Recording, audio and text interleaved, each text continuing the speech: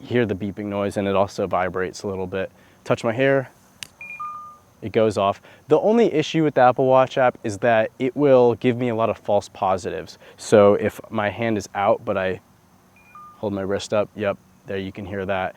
So it's not great, but it's something. I think the ideal solution would be some sort of necklace with low energy Bluetooth in it, and then 2 little bracelets. And then these bracelets would communicate to the necklace, and the signal strength of the Bluetooth connection would determine the distance between your wrist and your face. So it would only actually alert if it knows your wrist is close to your face.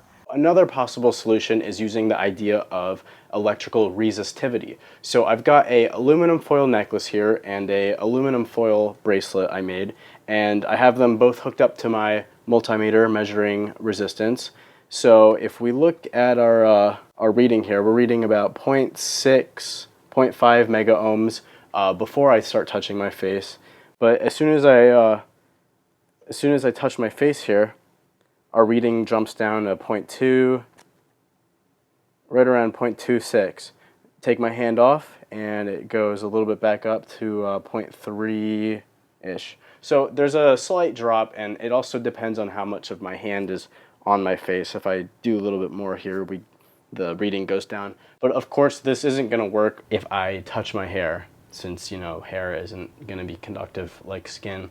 This would also probably take a lot of calibration because everybody has different skin that has different resistivity levels. So while I was editing this video, I did a quick Google search to see if this product already exists. And I found that a few NASA engineers actually made something very similar during COVID. It's this little necklace that uses an infrared sensor to measure the heat that comes off of your hands. This is super clever because you don't need bracelets with accelerometers or Bluetooth or anything like that. On a different note, I've been watching YouTube videos for years at this point, and only recently have I actually started making them myself. And I'm starting to realize that these take quite a lot of time to produce. And so just looking at the timeline here, this was the edit for the video you just watched, and I can just keep zooming out here. What I'm trying to get at here is that if you enjoyed what you saw, please like and subscribe. It not only will keep you up to date, but it also tells me that, hey, I should keep making these videos because people want to watch them. So anyway, thank you so much for watching.